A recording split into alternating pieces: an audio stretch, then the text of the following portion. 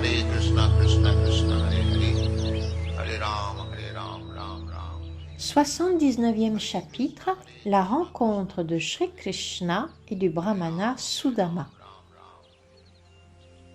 Le roi Parikshit écoutait des lèvres de Shukadev Goswami le récit des divertissements de Shri Krishna et de Shri Balaram.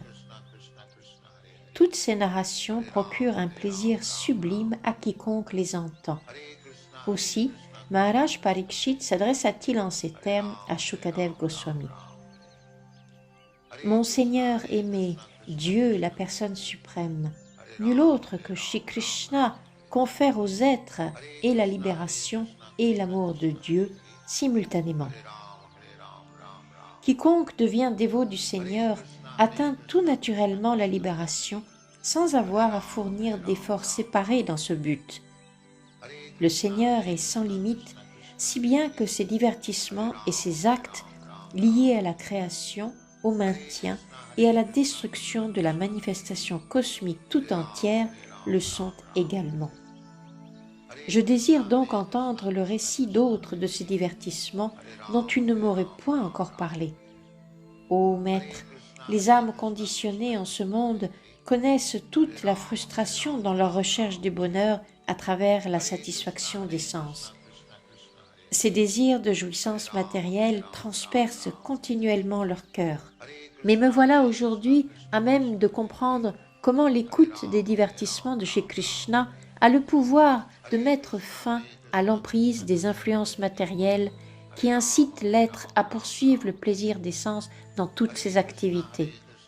Je pense qu'aucun homme d'intelligence ne peut rejeter cette voie, celle de l'écoute répétée des divertissements absolus du Seigneur suprême, car cette pratique toute simple donne de baigner à jamais dans le bonheur spirituel, effaçant toute trace d'attrait pour la satisfaction des sens matériels.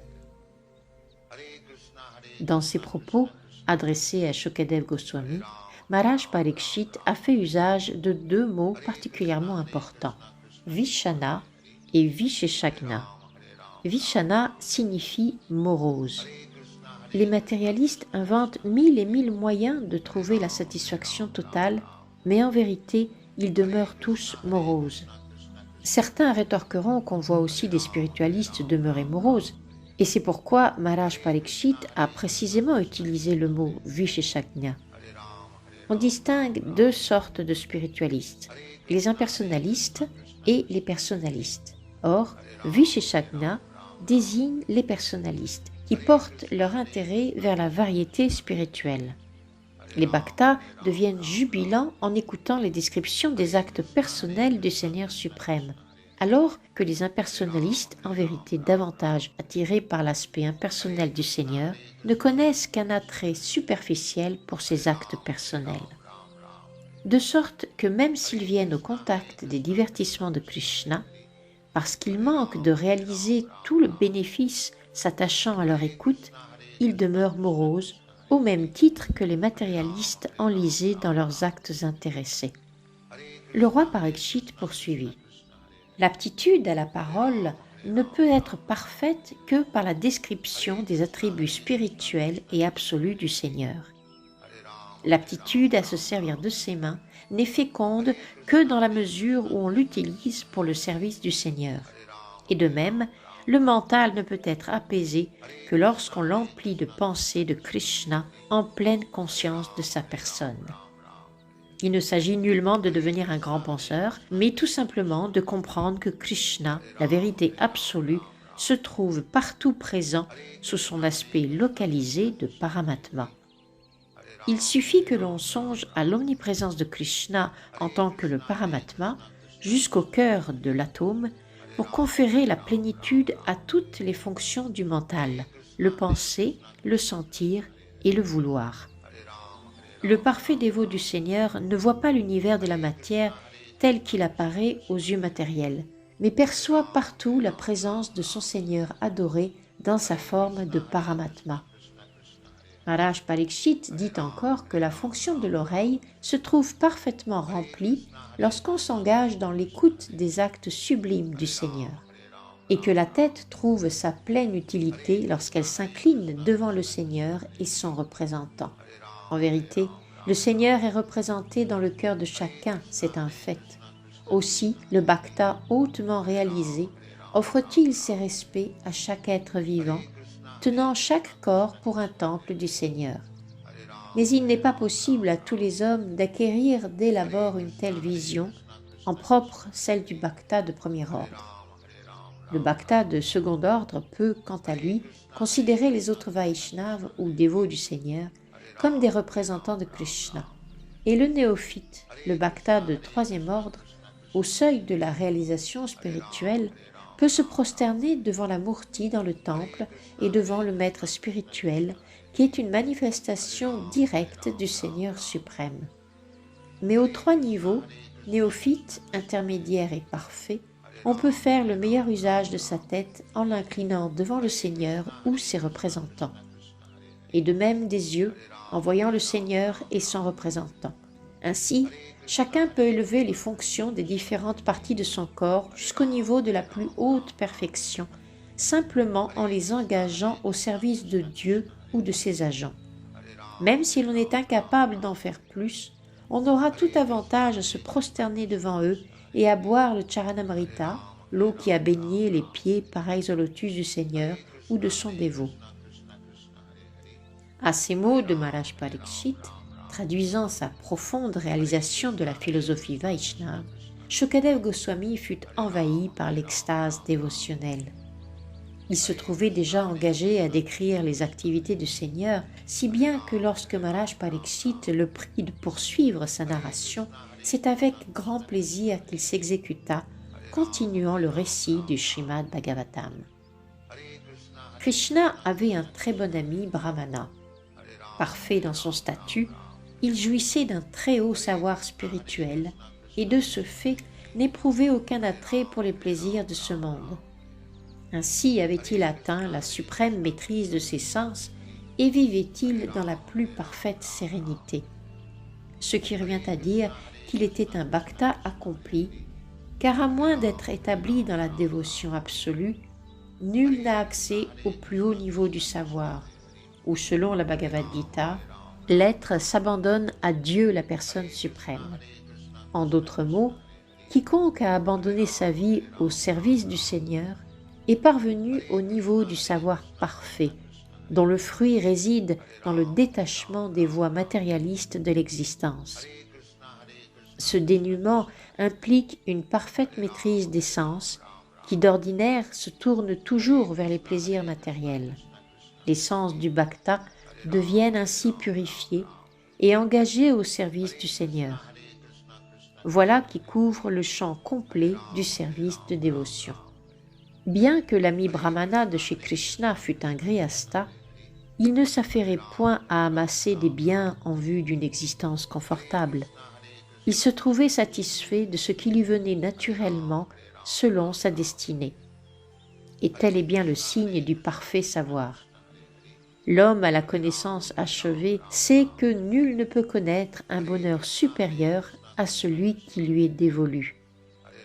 En ce monde, chacun se voit appelé à souffrir dans une certaine mesure et à jouir de la vie dans une autre. La somme de joie et peine que chacun doit connaître est déterminée à l'avance, et nul ne peut accroître ou décroître les plaisirs ou les souffrances liées à l'existence matérielle. Notre brahmana, donc, ne s'employait pas à rechercher un plus grand bonheur matériel, mais utilisait son temps pour progresser dans la conscience de Krishna.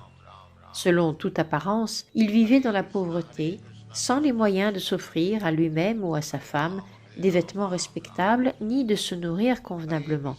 Ils étaient tous deux plutôt maigres.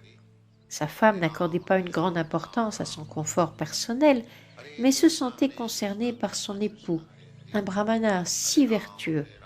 Elle tremblait du fait de sa santé fragile, et bien que répugnant à dicter sa conduite à son époux, elle lui adressa ces mots. « Mon cher Seigneur, je sais que chez Krishna, l'époux de la déesse de la fortune est ton ami intime.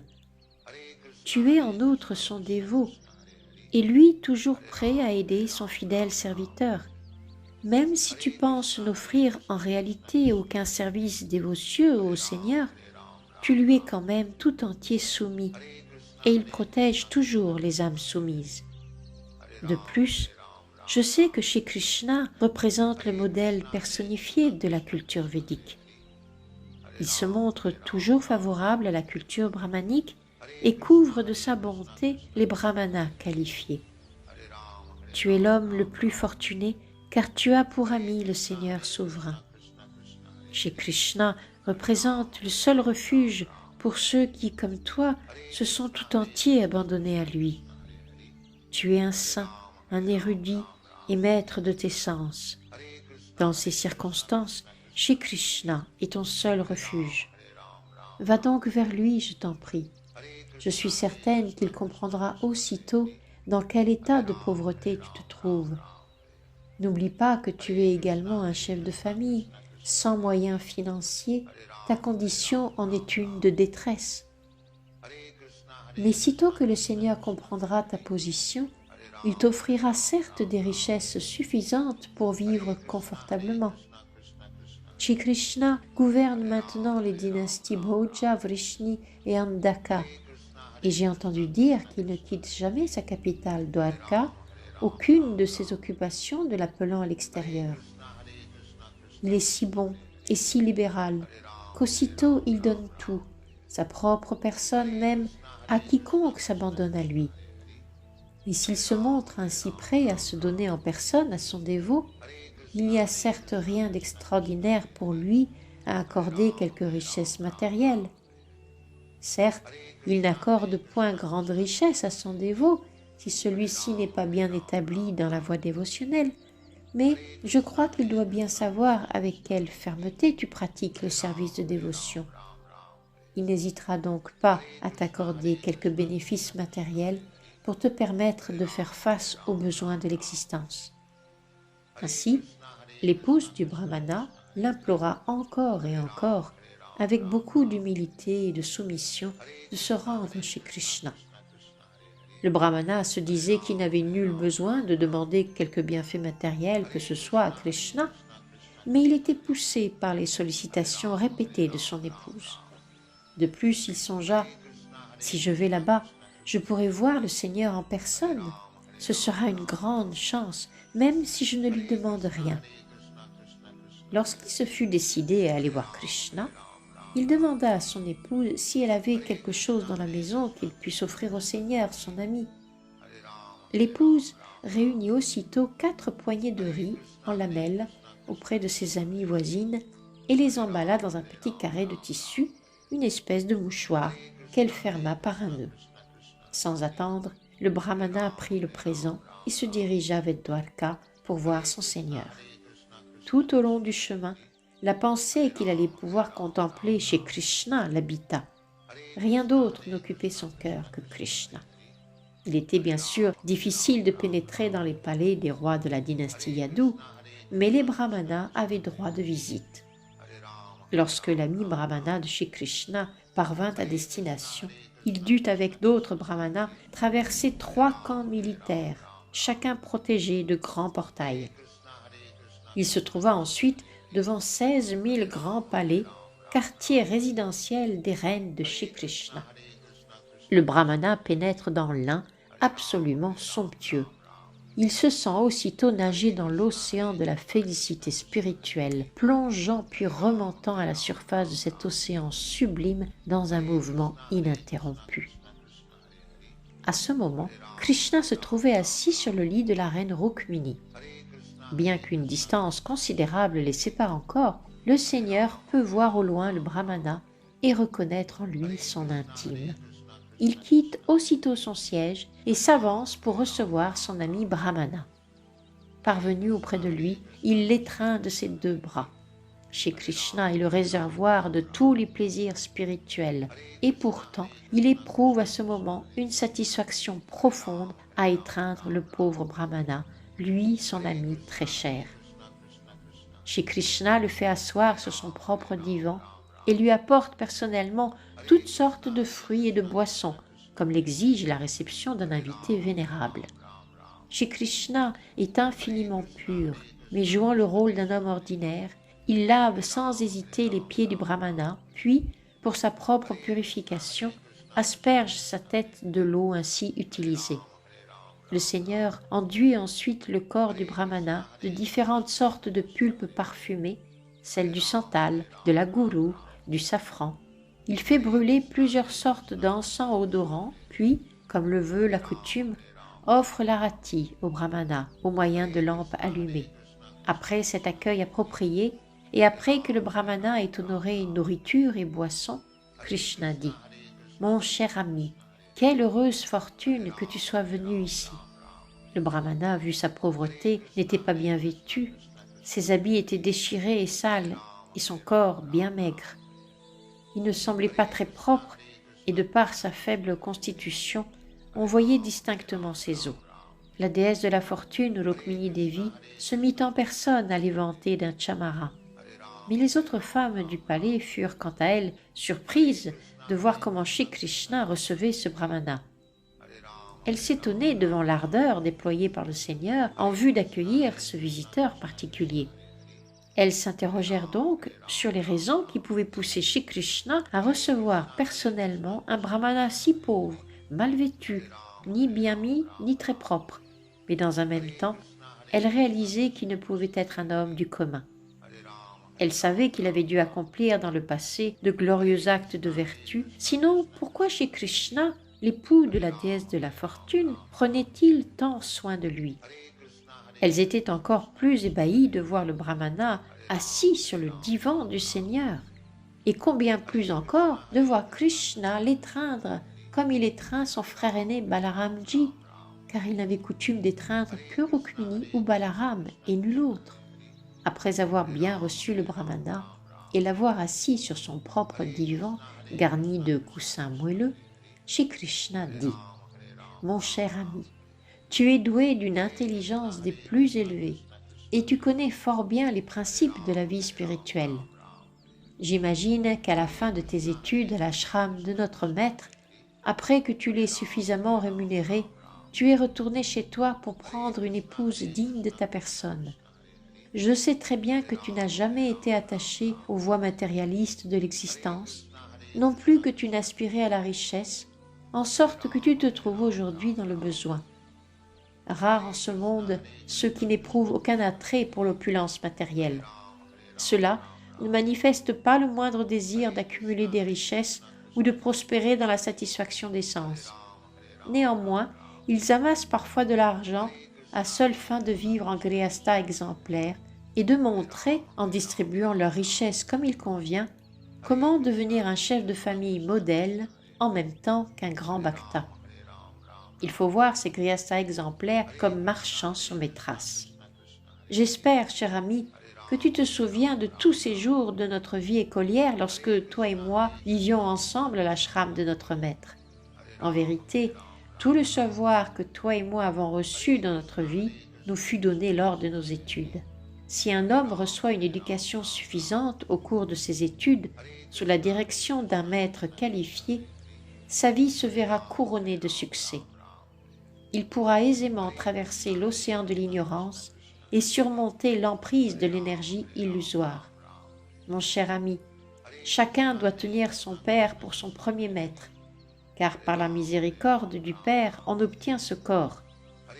Le Père est donc le précepteur naturel, le guide suivant et le maître spirituel, celui qui nous initie au savoir absolu, et il doit être adoré au même titre que moi. La personne du maître spirituel n'est pas forcément unique. Le précepteur qui instruit le disciple porte le nom de Shikshaguru et celui qui l'initie de Dikshaguru. Tous deux me représentent. Plusieurs maîtres spirituels peuvent instruire un même disciple, mais un seul doit l'initier. L'être humain qui sait tirer profit de ses guides et qui, ayant reçu de leurs lèvres une connaissance adéquate, franchit l'océan de l'existence matérielle. De cet homme, on dira qu'il a fait bon usage de sa forme humaine. Il réalise de façon tangible que l'intérêt ultime de l'existence, perceptible seulement à travers la forme humaine, consiste à atteindre la perfection spirituelle pour pouvoir être promu au royaume de Dieu en notre demeure originelle. Cher ami, je suis le Paramatma, l'âme suprême assise dans le cœur de chacun, et c'est ma volonté expresse que les hommes observent les principes du Varnashram Dharma. Comme je l'ai enseigné dans la Bhagavad Gita, la société doit être divisée en 4 varnas selon les attributs et les actes de chacun. Et de même, chaque homme doit diviser sa vie en 4 parties. La première sera consacrée aux études, l'étudiant devant se qualifier par l'assimilation de connaissances adéquates et l'observance du vœu de brahmacharya, tout entier dévoué au service du maître spirituel et renonçant au plaisir des sens. Le brahmachari doit mener une vie d'austérité et de pénitence. La seconde tranche de la vie est celle de Grihastha, de la vie conjugale, qui permet de jouir de façon restreinte des plaisirs de ce monde. Mais nul ne doit pour autant passer le 3e quart de sa vie au sein de la famille. Il faut alors reprendre les austérités pratiquées lors du brahmacharya et ainsi trancher ses attaches à la vie de famille. Puis, une fois dégagé de ces liens matériels, on doit pénétrer dans la 4e phase de l'existence et accepter le sannyas. En tant qu'âme suprême de tous les êtres, sis en leur cœur, j'observe chacun de leurs actes à chaque étape de leur vie. Quel que soit l'ashram où ils se situent, celui que je vois remplir avec sérieux et sincérité les devoirs désignés par son maître spirituel et dédier ainsi son existence à le servir, celui-là me devient infiniment cher. Quant au brahmacharya, si l'on peut s'y fixer sous les directives du maître spirituel, c'est une excellente chose. Mais si le brahmachari ressent l'appel de la chair, il doit prendre congé de son gourou après l'avoir satisfait suivant ses nobles désirs. La coutume védique veut qu'un présent soit alors offert au maître spirituel, le gourou dakshina. Le disciple adoptera ensuite la vie de famille et prendra épouse selon les rites religieux. Ces instructions données par Shri Krishna au cours de son entretien avec son ami le brahmana érudit sont précieuses pour l'humanité. Toute civilisation qui néglige de promouvoir l'institution des varnas et ashrams n'est en fait qu'une société animale, si sophistiquée soit-elle. L'assouvissement des désirs charnels entre partenaires non mariés n'est jamais acceptable dans la société humaine, car l'homme doit ou adhérer rigoureusement au principe du brahmacharya, ou bien avec la permission de son maître spirituel se marier. Le célibat souillé de rapports sexuels n'est rien moins que de l'animalité. Les animaux, en effet, ne connaissent point l'institution du mariage. Or, la société moderne ne favorise certes pas l'accomplissement de la mission humaine, qui n'est autre que de retourner à Dieu en notre demeure éternelle. Afin de répondre à cette mission, il nous faut adhérer avec conscience et rigueur au principe du Varnashram Dharma. Lorsque les hommes modèlent indirectement leur existence sur cette institution, sans être guidés par une autorité spirituelle, ils sèment le désordre et privent la société de toute paix ou prospérité. Shri Krishna poursuivit.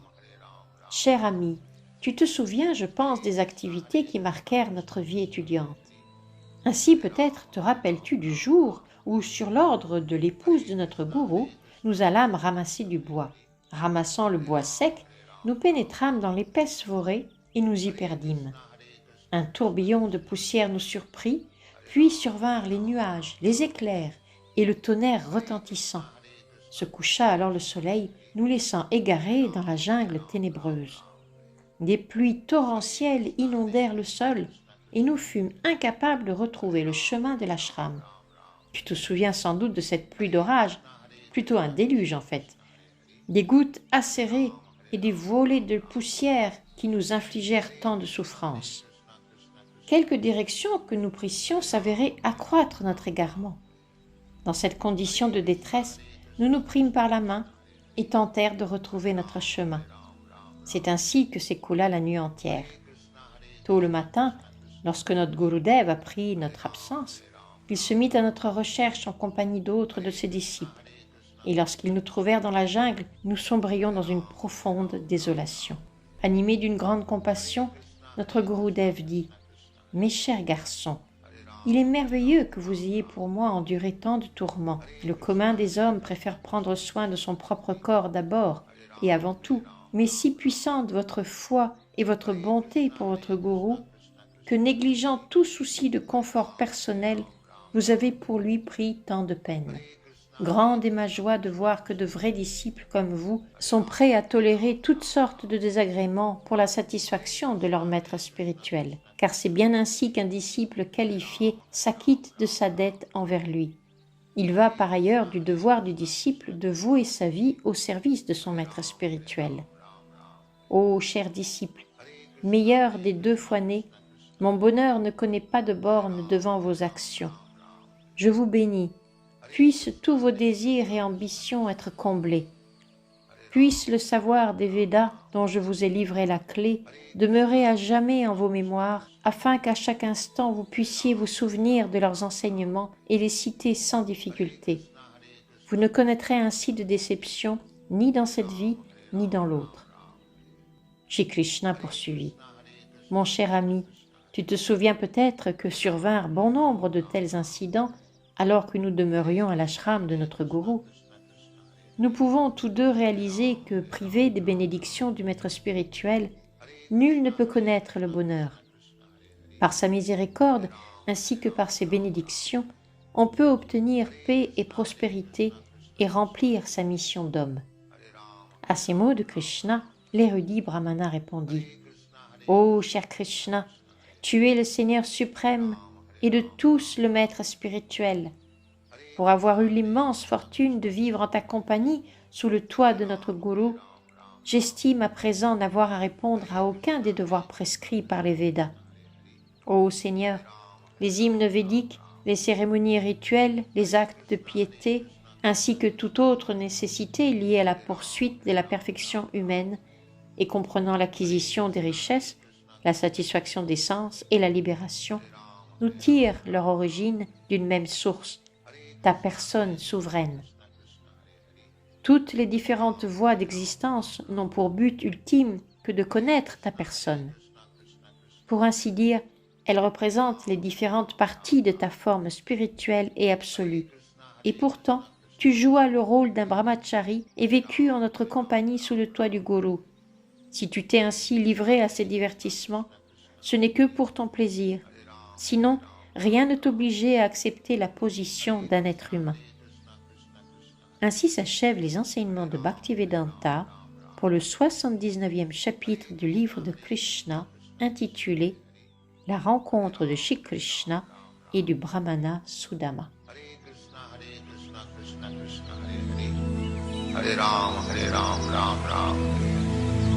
Hare Krishna, Krishna Krishna, Hare Hare. Hare Ram, Ram Ram. Hare Krishna, Krishna Krishna, Hare Hare. Hare Ram, Ram Ram.